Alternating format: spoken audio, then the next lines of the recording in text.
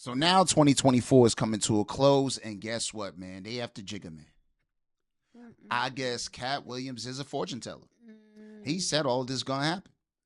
Yes, sir. So next we got a video by Jamari, and we going to get into it. If you're new to the channel, do not forget to comment, subscribe, thumbs up.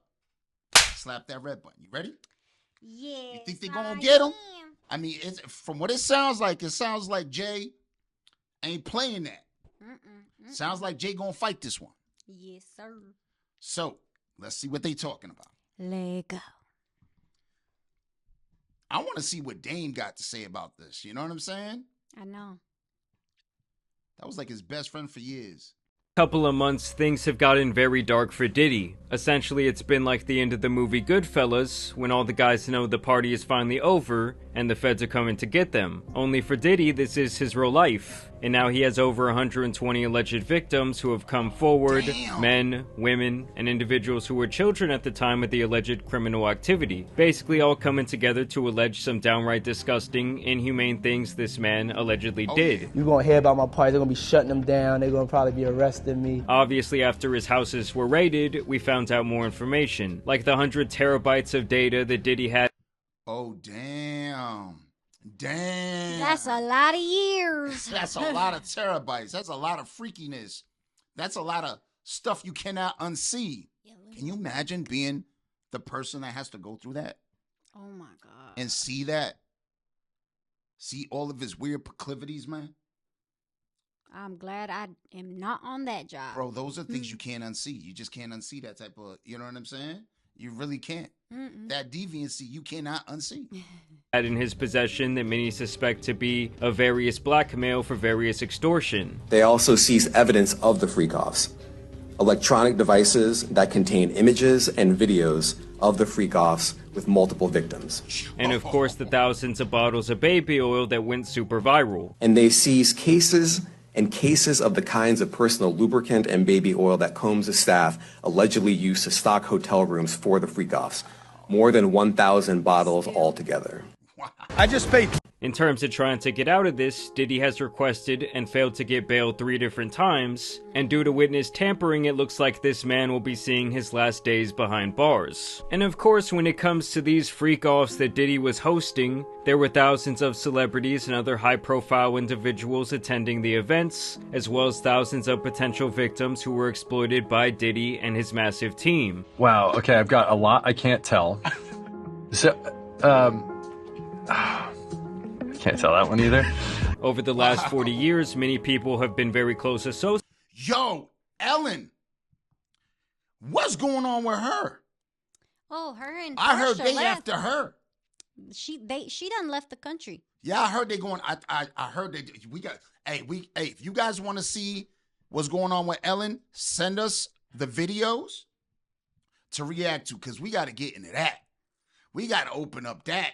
Yes, sir. You know what I mean? I don't know if I'm ready for that. Oh, man. Because she is a degenerate. That should be her last name. Associates with Diddy, as he is one of the biggest business moguls in the entertainment industry, and really did hold the keys to many artists' careers over the last 4 decades. And it's no secret that his right-hand man for this entire period of time has almost always been Sean Carter, aka Hove, aka Jay-Z.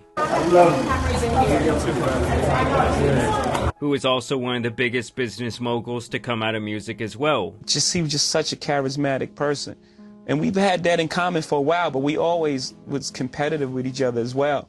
In a lot of ways, P. Diddy and Jay-Z laid the blueprint, no pun intended, on how to go from a dope rapper, a talent evaluator, and really start doing big business where you achieve actual ownership and stake in these companies who are making money from you. Savage! I'm a savage! Oh! I'm a savage! Whatever I want, I'm going to get! Whatever I want, I have to get! That's you in the morning. All day long. Whatever I want to have to get. Man. Yo, that right there is that mentality that puts you into the prison, man. Whatever you want, you have to get. Because I just said that. That's why I just said, Hey, no, I'm when just she's talking talking about about, the excitement. yeah, when she talking about is me, not I the get up, crazy, yeah, not the crazy yeah. stuff. I jump on stuff. I do a lot of kid stuff, man. Yes. I'm like just a grown ass child. Yes. He's my biggest baby. Yeah. She got to put up with some crazy shit. Now Jay-Z has been listed in one of the many complaints against Diddy, and so today we're going to talk about it. So all of the cases against Diddy so far have been filed by a lawyer named Tony Busby. His name might sound familiar as he has represented clients in several high-profile cases. He is the one who helped all of those women file against Deshaun Watson years ago, and he was also involved in the case where people died during the Travis Scott concert. Tony is representing an anonymous source here who claims she was physically violated by P. Diddy, Jay-Z, and an unnamed female celebrity back in the year 2000 at a Video Music Awards after party. On or around September 7, 2000, plaintiff, then 13 years old, had a friend drive and drop her off near Radio Music City Hall in New York City so she could try and attend the VMAs. They say she arrived at the venue, saw a large crowd, but could not sneak her way inside. But determined to get into the VMAs, or an after party, she approached several limo drivers parked nearby and attempted to talk her way into entering. One of the limousine drivers she spoke to claimed to work for defendant Combs. The driver allegedly told her that Combs liked younger girls and said that she fit what Diddy was looking for. And while not allowing her into the awards, the driver invited her to the after party. The driver stated that he... All right, hold on. Is there any images? Let us know. Is there any images of this Jane Doe, whatever, yeah, this person, this... The plaintiff? Ain't that what she'd be? Yeah, she would be, of this accuser, because, I mean, it says that she got into the party. I mean, got into the award show, right? No, So she couldn't get into the award show. It was the after party that she got into, though. Because okay, because I thought it, okay, so it's the, okay. She I thought wanted I just to heard, get into the award show, but couldn't.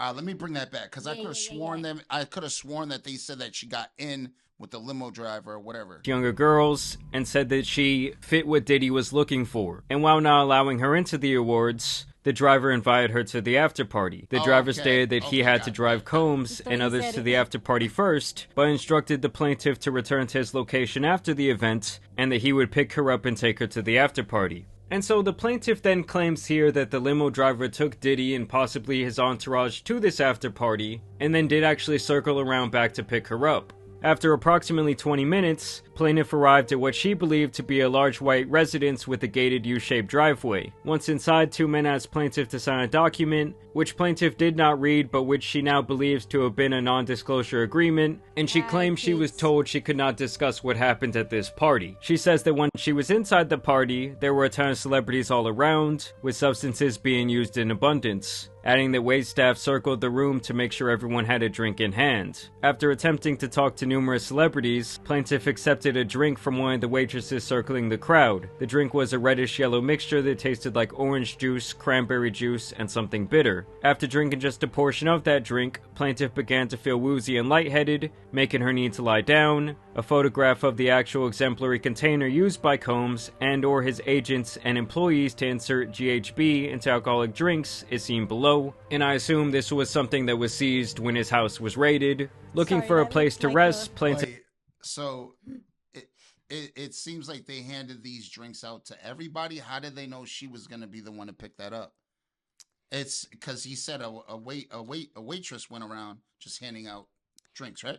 I would assume the way that this would work is certain waitresses and waiters had the stuff. Allegedly the lace stuff, yeah. Yes, and then others didn't, so like they knew who to go around, like, you know, that's what I'm assuming. That just seems too risky, and that would seem like a lot of people would be involved.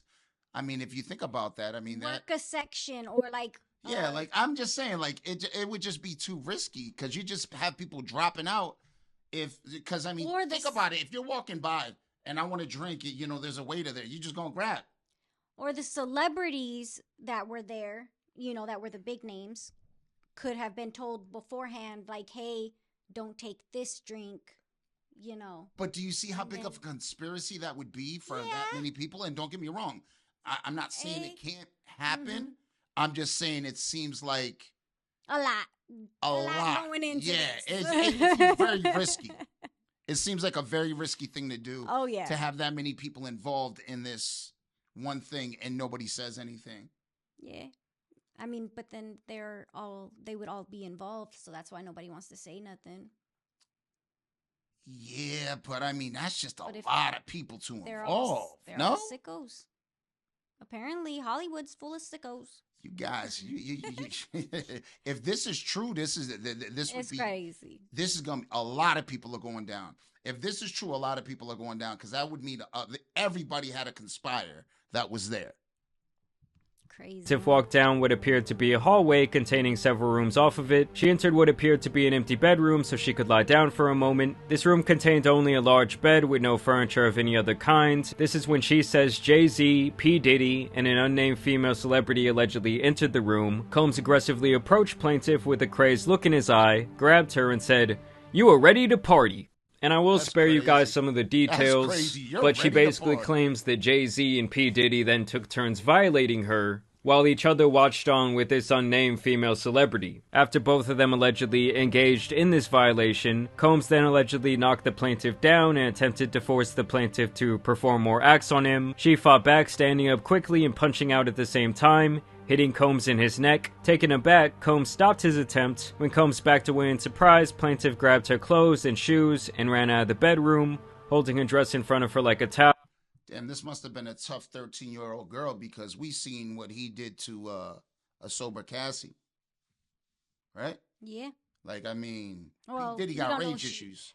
We don't know if she was sober, but yeah. Either way, I'm just saying, you know, for this, I mean, this is a grown woman, and then this is a 13-year-old girl.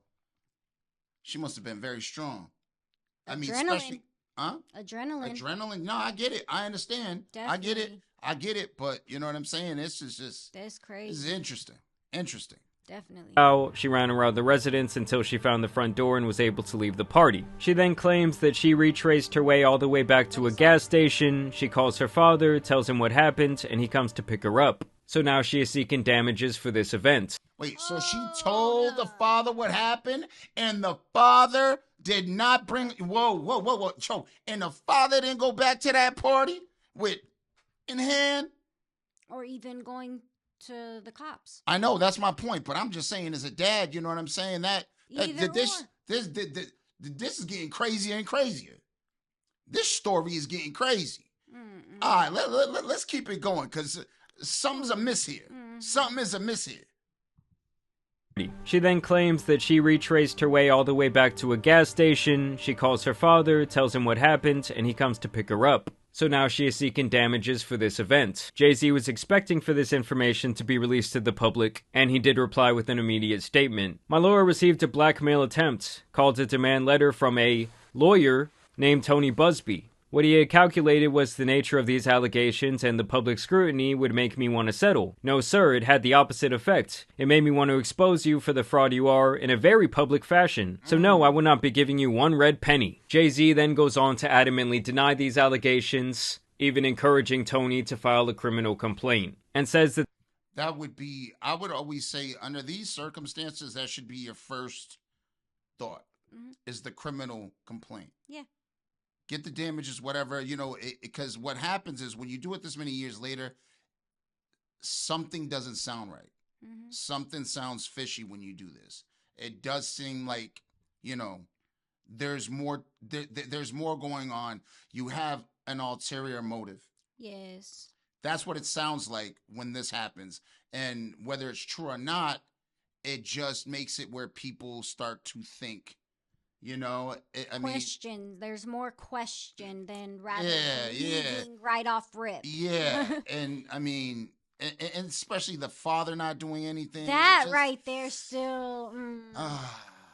This is all basically an attempt to destroy his reputation and extort him for money, even adding that he himself had sued Tony alleging a blackmail attempt to reach a settlement. Tony responded by saying that in the demand letter initially sent to Jay-Z, there was no request for money, and that Jay-Z had apparently harassed both him and his client during the time period between the demand letter and the present. Both men seem to think that the other has no ground to stand on, and is more concerned with their personal reputations than anything else. And now just today, Jay-Z's lawyer is actually requesting the judge require this accuser to come forward and reveal herself to the public, saying that if she wants to ruin Jay-Z's reputation like this and get money from doing so, she should have to make herself known in making such a damning allegation. So now we're really just gonna have to wait and see what happens here. I really have a hard time seeing them being able to prove this allegation, especially with it allegedly occurring almost 25 years ago. Wow. Obviously, the most important witnesses here would be the limo driver, the gas station clerk, and possibly the father of the then alleged 13-year-old girl, as well as possibly some people who were there that night at that party. Like I said before, Jay-Z has been P. Diddy's right-hand man for the last 30 years, so you would think where there was smoke, there would be some fire.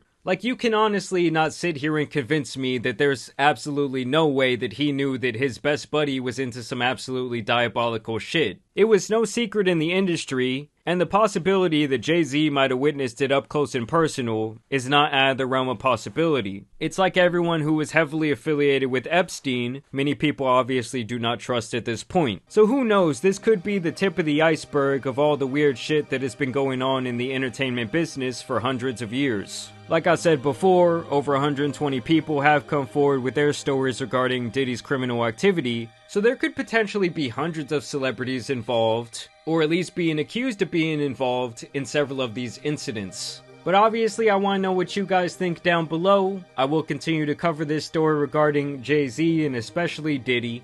Either way, I do want to thank you guys for watching today's video, dropping a like and subscribing. But as you guys know, it's been your boy the Tan Superman. Some other cases out here need to be covered, so I'm out. All right, so listen, hey, that's my new name, the Tan Superman. Now, you can. Anyways, I know. The freaking Puerto Rican. Oh man, they already got one. No, wait, let's bring that back. Let's bring that back. Those were the wrong choice of words. Okay, so, I feel like it's gonna be very, very hard to prove any of these allegations. I mean, 25 years. That's a quarter century. It's a very long time ago, and the fact that the father didn't come forth, I have questions for him. Yeah. I have questions for the dad. That'd be the first person I would want to speak to, and this is just it. The story on itself, there's a lot of ambiguity to it. That's all I'm saying. I need more details. Yeah. I need more details. I mean, I don't need the details and the other stuff, but we just need we need like more why details. did the dad not do anything Yep. when told? Why did it take you 25 years to finally say something? Mm-hmm. All of this. Yeah. I understand if it takes you a little, like even a year or so after the incident and not wanting to talk about it until then, that's understandable because you're still coping with stuff. But 25 years and you're finally trying to say something. My thing is criminal charges. Why weren't criminal charges pressed? That's what should happen. That's in all these instances. If somebody violates you in this type of way, first thing you'd want to do is go to speak to a police officer, not a lawyer. Yep. You know what I mean? Sounds like sounds like Michael Jackson. Yeah, kind of sounds a little weird. Now, I'm not saying Jay-Z ain't got some skeletons in the closet, but this one right here sounds like I think he's calling it. You know what I mean? I think he's trying to call a bluff on this. He's trying to call a bluff. Like, hey, man, go ahead. He's trying to call their bluff. That being said, let us know what you guys think. Put it in the comments. We out.